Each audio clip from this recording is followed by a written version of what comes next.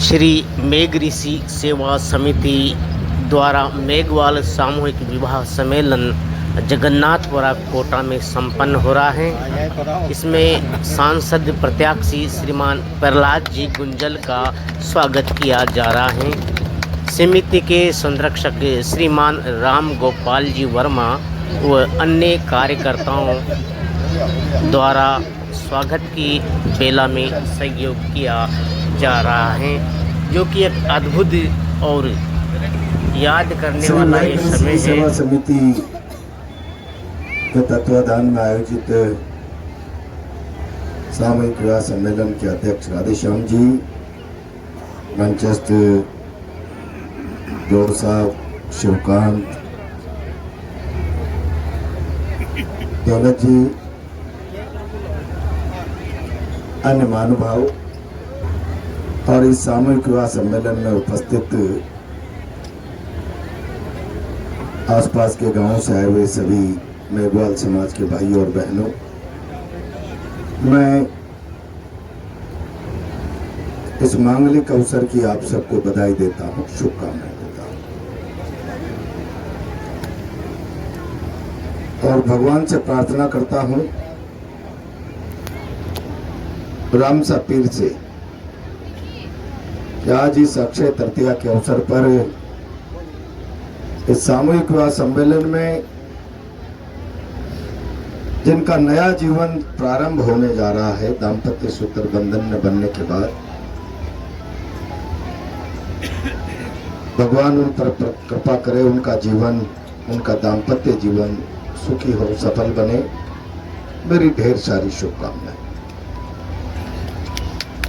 मैं आयोजन समिति का भी आभार व्यक्त करूंगा कि ऐसे समय में जब चारों तरफ महंगाई की मार समाज को सता रही हो, और खाली महंगाई की मार नहीं सता रही,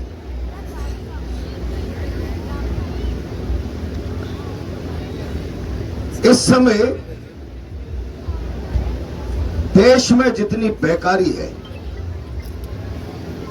और बाजार के व्यापार की जितनी बड़ी मंदी है, इन परिस्थितियों में अगर कोई गरीब आदमी अपने घर पर बेटी का ब्याह करना चाहता है, बेटे का ब्याह करना चाहता है, तो बिना कर्जे के संभव नहीं हो सकते। और मैं हमेशा सम्मेलनों में जाता हूं तो एक बात कहता हूं कि हमने देखा है वो समय जब गांव का छोटा से छोटा व्यक्ति कहता था मेरी बेटी का ब्याह है, बेटे का ब्याह है, फलाने गांव के फलाने पटेल जी ने, फलाने पंच ने, दौलत जी ने, पार्षद जी ने, मंडल अध्यक्ष जी ने 3 बोरी शक्कर गाली थी, मैं 5 बोरी कर दी। होड़ मचती थी, होड़ में बर्बादी होती थी और कर्जा सालों तक नहीं चुकता था। इसलिए मैं कहता हूं कि किसी भी व्यक्ति के मन में आज से 40 साल 50 साल पहले यह विचार आया कि समाज को आर्थिक बर्बादी से बचाने के लिए गरीब आदमी के बेटे बेटी का ब्याह इज्जत और सम्मान के साथ संपन्न हो जाए, समाजों को सामूहिक विवाह सम्मेलन के रास्ते पर आगे बढ़ना चाहिए। अगर कोई व्यक्ति है जिसके मन में यह विचार आया और इससे सभ्य परंपरा प्रारंभ हो गई, मैं उस व्यक्ति को आधुनिक भारत का महान चिंतक कह सकता हूं, जिसके मन में यह विचार आया। आधुनिक भारत का महान चिंतक। आप कल्पना कर लो, उस व्यक्ति ने, किसी एक ही व्यक्ति के मन में विचार आया होगा। मैंने वो समय भी देखा है जब गांव में लोग कहते थे सम्मेलन शुरू हुए, ना ना ना, मेरे बेटे बेटी का ब्याह सम्मेलन में नहीं करूंगा, मैं तो घर पे करूंगा। ऐसा लगता था जैसे सम्मेलन में जाने का मतलब आप गरीब हो, समाज में पतित हो, मैं इज्जतदार आदमी, मैं नहीं जा सकता। आज आप देख लीजिए, उस व्यक्ति के विचार को, सोच को सारे हिंदुस्तान की सरकारों ने मोहर लगा दी और कह दिया, आओ इस लोक कल्याण के काम के लिए, इस समाज हितैषी काम के लिए, सामूहिक विवाह सम्मेलन के लिए समितियों का रजिस्ट्रेशन कराओ और बालिग बच्चों की उम्र का सर्टिफिकेट दो, सरकार पैसा देगी, सरकार पैसा देगी। यहां आकर खड़ा हो गया मामला। इतना शानदार और सामूहिक विचार, और इसीलिए इसको आप सारे लोग, समिति के लोग, हमारे राधेश्याम जी और राम गोपाल जी, क्या क्या नाम, सारे लोग मिलकर बेहतरीन काम कर रहे हैं।